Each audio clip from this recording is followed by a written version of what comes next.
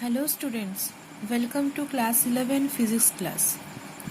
Today also we studied one mathematics class related to physics, that is integration. In one previous video we discussed about the differentiation which we use for calculating instantaneous velocity and speed. Now today's class we discuss about the integration. It has also one application in physics. So integration means reverse formula of differentiation. Why we say that this reverse formula of differentiation?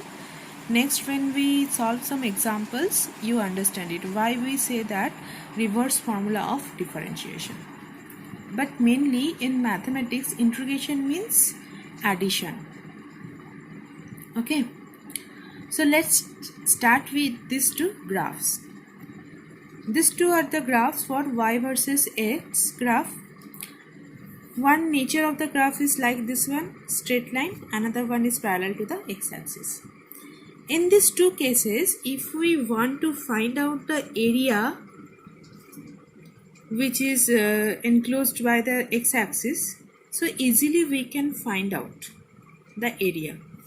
Here we join one line, then this is a triangle, and area of a triangle is half into base into height.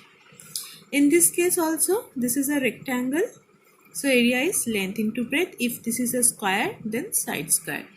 So like this type of graph, we can easily find out the area of the y versus x graph. But if the nature of the graph is like this curved line, not straight line, this is a curved line, then how can we find out the area of a y versus x graph? To find out the area of the y versus x graph, that means up to, suppose we find out the area up to this value of x. Here the x value is x equals to xn. So this is the total area covered by this curve line.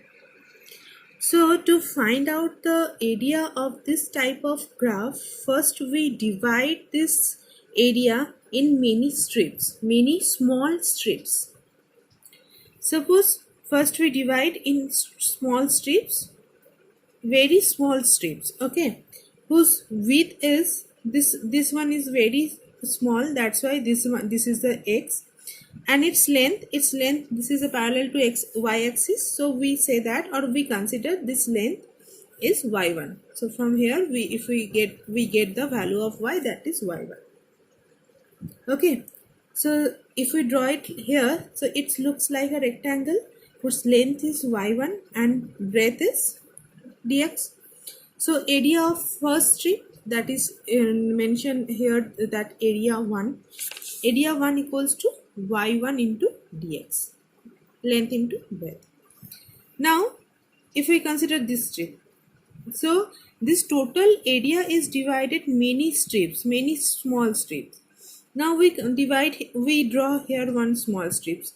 This is same, this is a very small, this is dx, and this length is we consider as y2. This length is y2. So area 2 equals to y2 into dx. Like this way we get y3 into dx, y4 into dx, up to yn into dx. So we get the area of each strip. Then if we add all area of the strips, of the small strips, then we get the total area which is bounded by this curved line.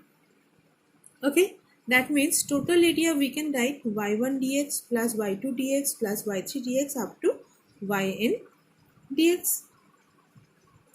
So normally the addition of this is denoted by summation. So summation over yn into dx, n value first time is 1, second time is 2, third time is 3. So yn into dx, n equals to 1 to n, because here we consider x value is x up to n, xn, that's why n equals to 1 to n we consider it. But you see that Here we consider this is a rectangular strip, but clearly you see this is not a perfect rectangle. This part, this is a perfect rectangle. Up to this is a perfect rectangle, but this part is left. So here also this one is up to this is a perfect rectangle, but this part is not included in a rectangle part. Like this way, so in each strip, the little bit parts for of every strips are left. So to overcome this difficulty, we use in place of summation integration. Okay, you see that the all strips are not a perfect rectangles. A little bit very small parts of this or of all strips are left out. Okay, so we did not get the total area because this portion area is not included in this rectangular figure when we find out the area. So to overcome this difficulty, we use integration. Integration sign is like this way. This represent the curved surface. This represent the curved surface. Okay. Integration of area equals to integration of y into dx. Y into dx, suppose it's started from x equals to 0 and its value x equals to x to the power n. So its range is x equals to 0 to x to the power x to xn. So the integration of y versus x graph, the integration, so the integration of y dx, this integration gives us the area of y versus x graph. From differentiation, we get the slope of y versus x graph. From integration, we get the area of y versus x graph. So y is the any function of x, any value, either y equals to x square or x square plus 1, x square plus 2x, any functions in terms of x. Okay, so you will keep it in your mind that differentiation gives us the slope of y versus x graph, but integration gives us the area of y versus x graph. Clear? Is it clear? Okay. So if you want to if you want to find out the area between here to here, it's okay, no problem. Suppose here the value x equals to x1 and here the value of x equals to x4. So we write the area in between this portion, this curved portion, integration x1 to x4 y into dx. So y is the any function of x, y into dx. So it is clear that integration gives us the area of y versus x graph. Clear? Okay. Now we studied some basic formulas related to integration. In mathematics class 12, you studied it. More formulas are there. Okay. So the explanation of that formulas, the proof of that formulas you studied in class 12. Just now you understand this basic formula which we use to calculate the numericals in physics. Okay, so the first basic formula is, suppose the function is y equals to x to the power n. So integration y into dx, that is equals to, in place of y we can write x to the power n into dx. So the formula of integration of x to the power n dx, the formula is x to the power n plus 1. In case of a differentiation, what happened? The power comes at first, then it is decreased by minus 1. But here after integrate this one, we get x to the power n plus 1, it increased by 1, and whatever the increment value, that will write it here. That means n plus 1 divided by n plus 1 plus c. C is the integration constant. Here you see, here no range or no limit is given there. This is the limit. X equals to 0 to xn, x1 to x4. The limit or the range is given. If range or limit is not given, then that type of integration is called indefinite integration. because here no limit, no range is given. So in that case, when we calculate or when we solve the integration, after solving integration, we added one constant term, that is c. C is called integration constant. So when limit of range is not given, we use c. Okay, clear?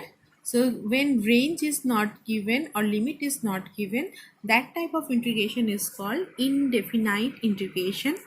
And the formula of x to the power n dx, the formula is same, just definite and indefinite. The difference is related to limit. If limit is given, then that is definite. If limit is not given, this is indefinite. So in case of indefinite, we add another one extra term, that is constant term, integration constant c.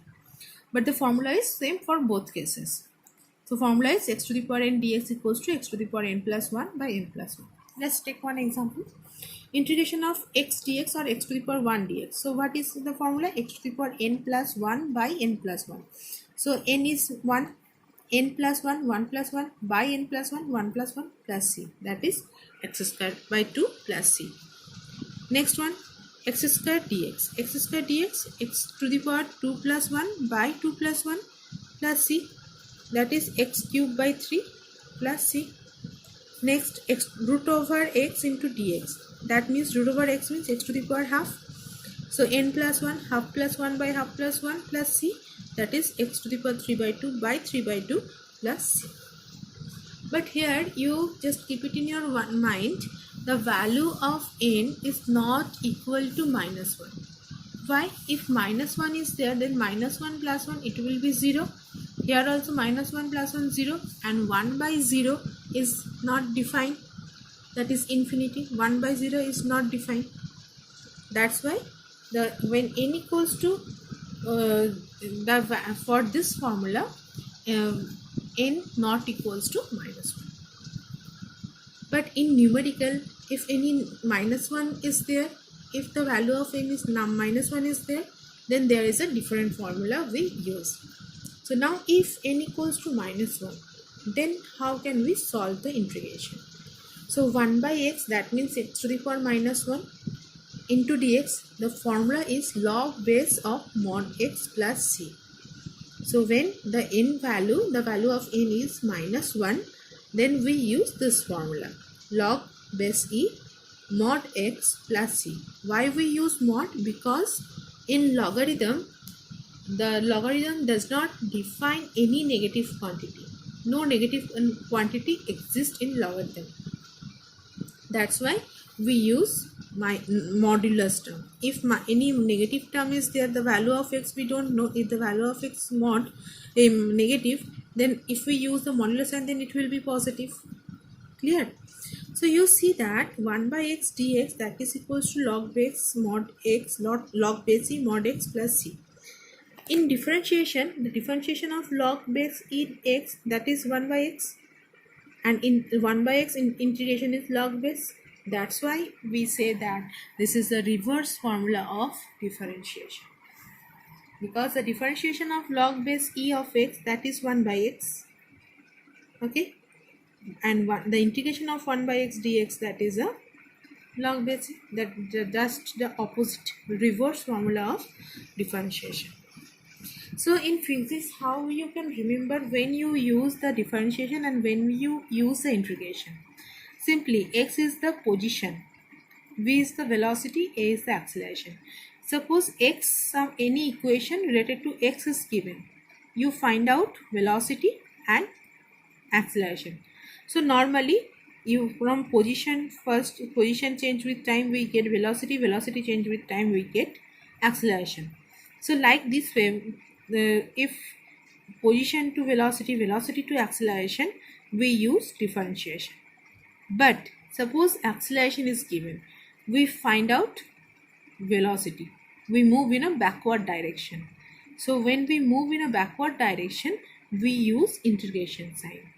So from acceleration to find out velocity, we use integration. From velocity to we find out the position or displacement, we use integration. Is it clear? Just you remind this one, that position or displacement to velocity, differentiation. Velocity to acceleration, differentiation. But acceleration to velocity, integration. Velocity to position or displacement, integration. So when we use differentiation and when we use the integration, now it is clear now. Okay, so this all about the indefinite integration, because here we use c, that means limit is not given, range is not given. Now if limit is given with limit integration, suppose limit is given the value of x within 2 to 3. Okay, so this one is called upper limit, and which one is right at top and which one is right at bottom, that is lower limit, starting from 2 ended at 3. So normal x dx, x ds, what is the value? X square by 2, like this way, x square by 2. But here we did not use the c, because here limit or range is given, that's why we omit c, we cannot use c. So x square by 2, 2 to 3. 3 is the upper limit, 2 is the lower limit. Now we put this value. How we put this value? The formula is, first we put in place of x the upper limit minus lower limit. So this is x square by 2. First we put x equals to 3. So 3 square by 2, okay, minus 2 square by 2. So the formula is upper limit minus lower limit. After solving, we get 5 by 2. So this type of integration with limit, where the limit or range is given, is called definite integration, where we did not use any constant term. Clear? And how we put the limit, value of limits? First we, in place of x, we first we place put the upper limit minus lower limit. Clear? Okay. Now next, another one example. Suppose 1 by x dx 2 to 5. So 1 by x, that means x to the power minus 1. Different formula, log base c mod x. Value is given 2 to 5. We did not use the plus c. Now first we, in place of x, first we write the upper limit minus lower limit. So log base e 5. Why we did not use the modular sign? Because here 5 and 2 both are the positive value. That's why we did not use the modular sign. If minus 2 or minus 5 is given there, then we use the mod of minus 5. After that we can write plus 5. So log base e 5 minus log base e 2. And one formula is there in logarithm, log base e a minus log base e b, that is equals to log base e a by b. So that is, we can write log base e 5 by 2. Clear? Next formula, e to the power x dx. E to the power x dx, same. After integration we get e to the power x. No limit is there, that's why plus c. Only if dx is there, that means 1 into dx. So 1 means x to the power 0. So x to the power 0 means 0 plus 1 by 0 plus 1 plus c. So x plus c. So integration of dx equals to x plus c. If no limit is there, that's why we use plus c. Now next one, like this way, 2x square dx. So one numerical value also be there. So if any numerical value is given there, it is a constant and we write it outside of the integration sign. So 2 outside of the integration sign, integration x square dx. Now the formula n plus 1 by n plus 1. So x to the power 2 plus 1 by 2 plus 1 plus c, because limit is not given. So 2x cube by 3 plus c. Next, 4 dx. 4 is a constant numerical value. Write it at first. Integration dx. Integration dx is x plus c. So 4x plus c. Now integration of sin x dx, that is minus cos x plus c. Here just little bit is different, because when in differentiation cos x to sin x, that is, what is the formula? If we see the formula, the differentiation of sin x is cos x. dy by dx equals to cos x. And from cos x we get minus sin x. Okay. But here the integration of sin x, we get minus cos x plus c. Integration of cos x, we get sin x plus c. Integration of sec square x dx, tan x plus c. Because if we differentiation the tan x, we get the sec square x. So integration of sec square x, we get tan x plus c. So this are the very simple formula we use, but all these are not used in physics. Okay. Now, if in addition and subtraction, addition and subtraction function is there, y is equal to, up to this only one function is there, 2x square, x square, e to the power x, log x, only 1 by x, only one term is there. But if any additional term is there, y equals to x square plus x, then how we solve? So integration y dx, in place of y we put it here into dx. Now simply we just separate these two terms, separate. That means separately we can write integration x square dx plus integration 1 by x dx. We just, if many terms are there, 4 terms is there, then we separate 4 times or 3 times. Okay, just normally we separate it with the integration sign. So x square dx, x 3 by 3 plus 1 by x dx, log base c mod x, no limit is there, that's why plus c. Another one example, e to the power x plus sin x. So e to the power x sin x dx. Now we separate it, e to the power x dx plus integration sin x dx. So e to the power x, here we already related e to the power x plus c. So e to the power x plus sin x minus cos x plus c.